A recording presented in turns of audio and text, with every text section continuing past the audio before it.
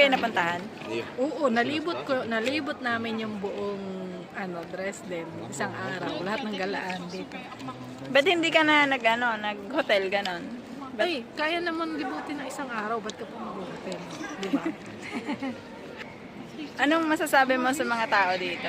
Oh, mababait. Kaso syempre, katulad dun sa ibang lugar, maamoy lang sila ng konti. Kasi mainit. Mababash tayo. Ayun, nandito na yung aming train. So, Ang ganda na lang. yun. Hanggang doon na lang. Okay na yun. Wala ka na itatanong. Wala na. Kasi Wala pa, boy. nalaman na nila kung magkano yung kung magkano yung kita. Ay, yung mo. Nagastos ko. Nagastos mo. So, worth it ba yung pagpunta mo dito sa Germany? Oo, worth it yung isang araw. Kasi kung may free time ka naman at bored na bored ka na, punta ka na dito, magkano lang magagastos mo. Huwag kang magtipid. Eh,